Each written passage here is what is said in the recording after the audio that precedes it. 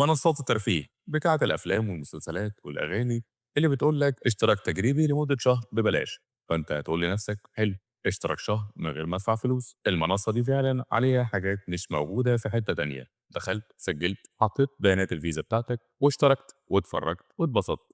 الشهر عدى وانت نسيت، بس المنصة ما نسيتش وخصمت منك الاشتراك الشهري وانت نايم.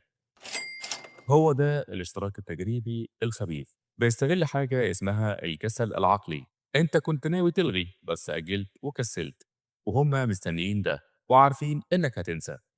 حتى لو انت افتكرت وحبيت تلغي، فبتلاقي نفسك بتعدي بخطوات كتير واحيانا بتضطر تتواصل مع خدمة العملاء عشان تلغي.